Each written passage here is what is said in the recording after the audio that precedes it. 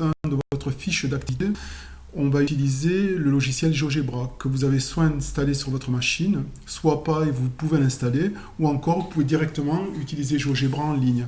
Donc je tape moi GeoGebra 3D en ligne et je clique sur le premier lien qui est ici. Donc voilà ce qui s'ouvre. Donc je vais créer maintenant une figure. Donc la figure c'est un cube. Donc je vais là. Je clique deux points. Donc je vais par exemple faire un cube dont l'arête est 3. Le point A, le point B. Et voilà mon cube qui est dessiné.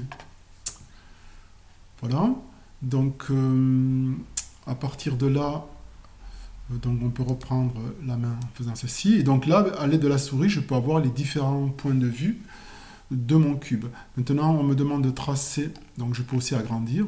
Donc on me demande de tracer les deux diagonales qui sont ici et les deux diagonales de cette face-là. Donc pour le dessus, donc je vais dessiner. Donc il me faut un segment pour ça, plus. Et donc je choisis le segment qui est ici. Donc je vais prendre celui-là, puis celui-là. Je vais dessiner celui-là. Je vais dessiner celui-là. Voilà. Puis je vais choisir les points d'intersection de ces deux segments, autrement dit les points centraux de chacune de ces deux faces. Donc le premier c'est M ici, donc ici c'est dans intersection. Donc je veux l'intersection entre ce segment et ce segment. Voilà, donc lui, il me le nomme I. Ben, on va le changer. Donc on va le déplacer, ça, voilà. Donc si je veux changer ce point-là, je vais cliquer sur le point, la propriété, et je vais lui demander de me le nommer M. Voilà, je ferme ça. Je veux faire la même chose pour la face du dessus, donc intersection, ce segment et ce segment. Donc pareil, il me le renomme I, donc je vais prendre la main ici. Donc ce point-là, clic droit, et comme propriété, je veux aussi le renommer, celui-là il s'appelle N.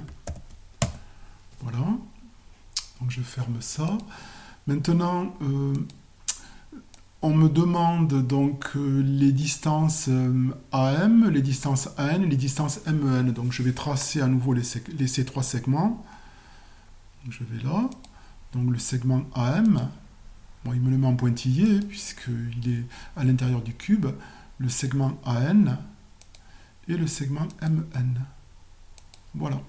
Donc à nouveau, si jamais je prends la main ici, je vois bien donc mon... Alors, on ne voit pas très bien les points.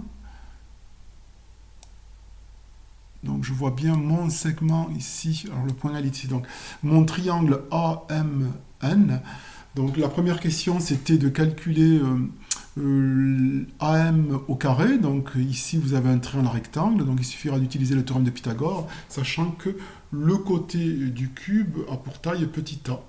Donc, le théorème de Pythagore s'appliquera pour petit a et pour la moitié de la diagonale, qui est ici. Et la diagonale, évidemment, on va utiliser le théorème de Pythagore sur ce triangle rectangle isocèle, avec pour côté A et A ici.